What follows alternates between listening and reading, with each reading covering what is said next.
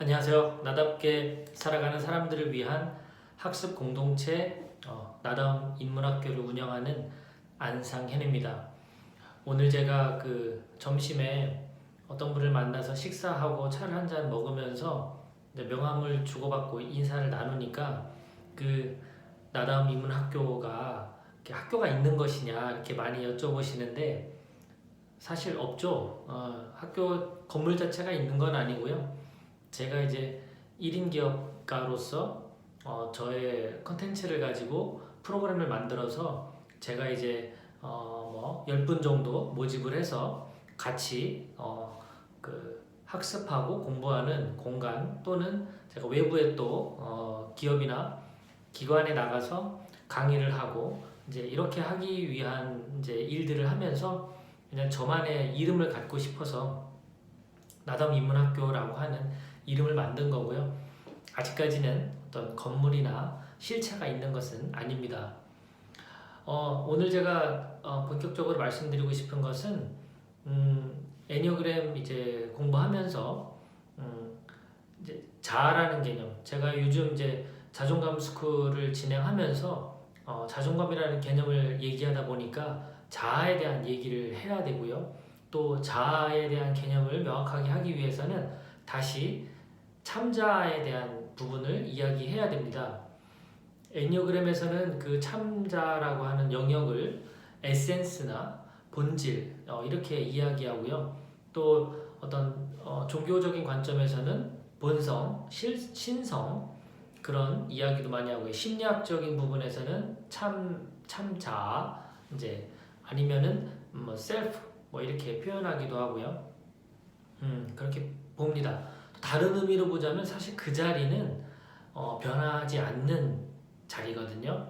그래서 어찌 보면 하느님 자리와도 같은 그 자리라고 볼 수가 있는데요.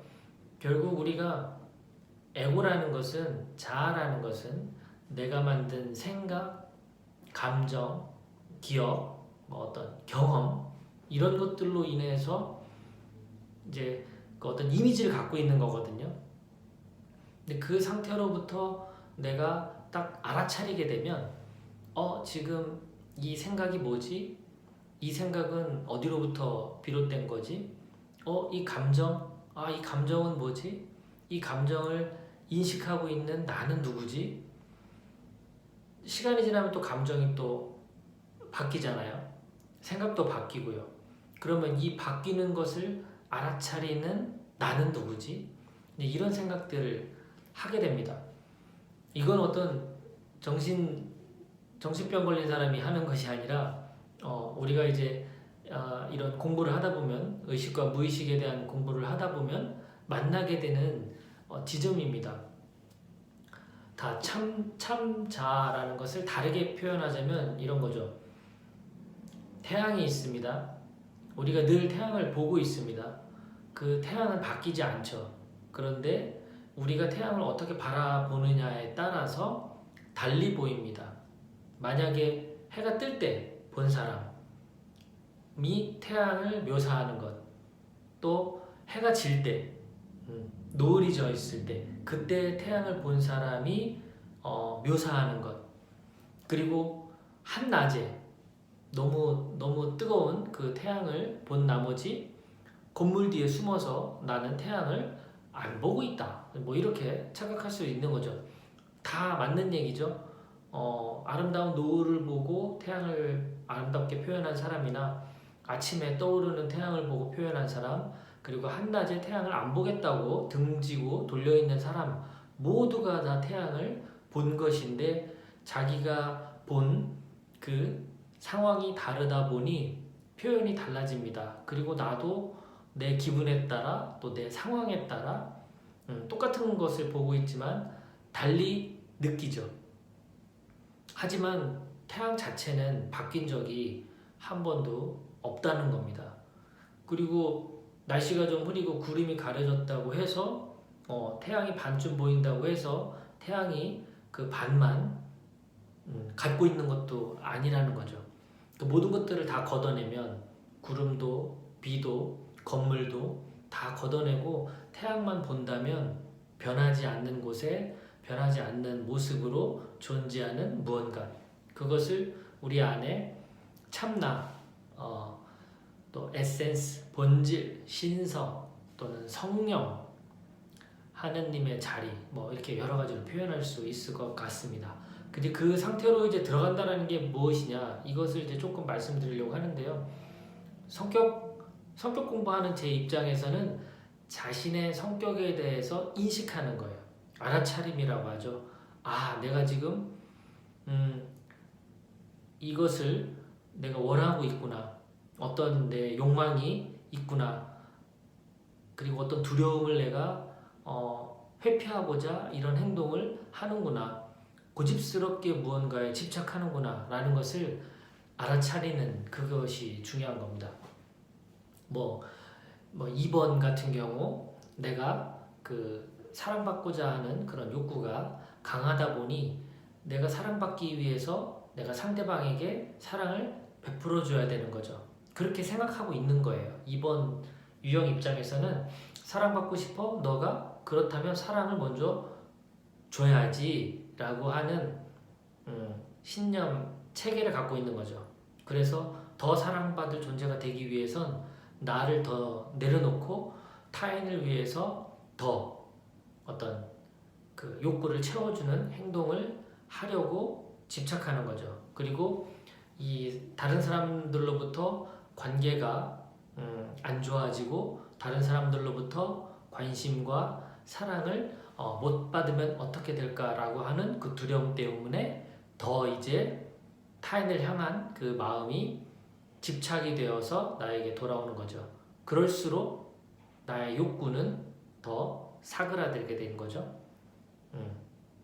더 나답지 않은 거죠. 시간이 갈수록 내가 정말 원하는 것을 채운 것이 아니게 되니까요.